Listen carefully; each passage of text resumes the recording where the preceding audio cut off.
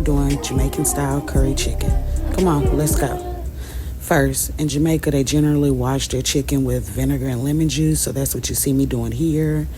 And even though I rinse my chicken in water, notice all the impurities that are left in the bowl from the lemon juice and the vinegar.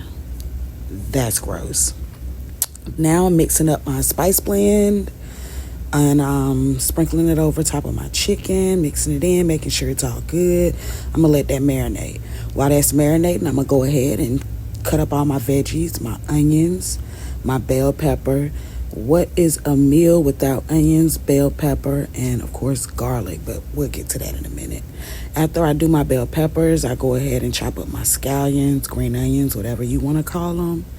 Then I added a habanero. Usually in Jamaica they use Scotch bonnets, but Scotch bonnets are not locally available. So yeah, next best thing, habanero. Then I cut up 2 carrots. I just cut them up in some rounds. Make sure they're even thickness. And by making sure you have an even thickness, all your vegetables will cook evenly. You won't have some that are softer or less done than the other ones. So just do your best to keep it all as uniform as possible. And here you see me pressing garlic, because who about to mince up garlic? No, ma'am. Now we're doing a technique called burning the curry. You add your curry to the hot oil and kind of cook it for a few minutes before you add your chicken in, and that way it brings out the flavor.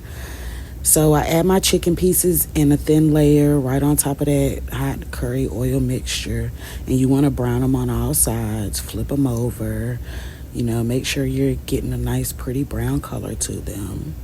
You don't want no pale chicken. Who want to eat some pale chicken? Not me.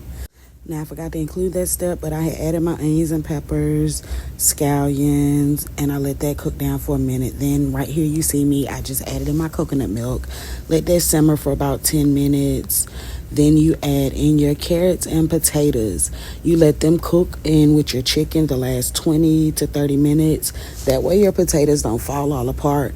The potatoes also will help thicken your curry gravy. So here you have it, Tika Marie's take on Jamaican style curry chicken.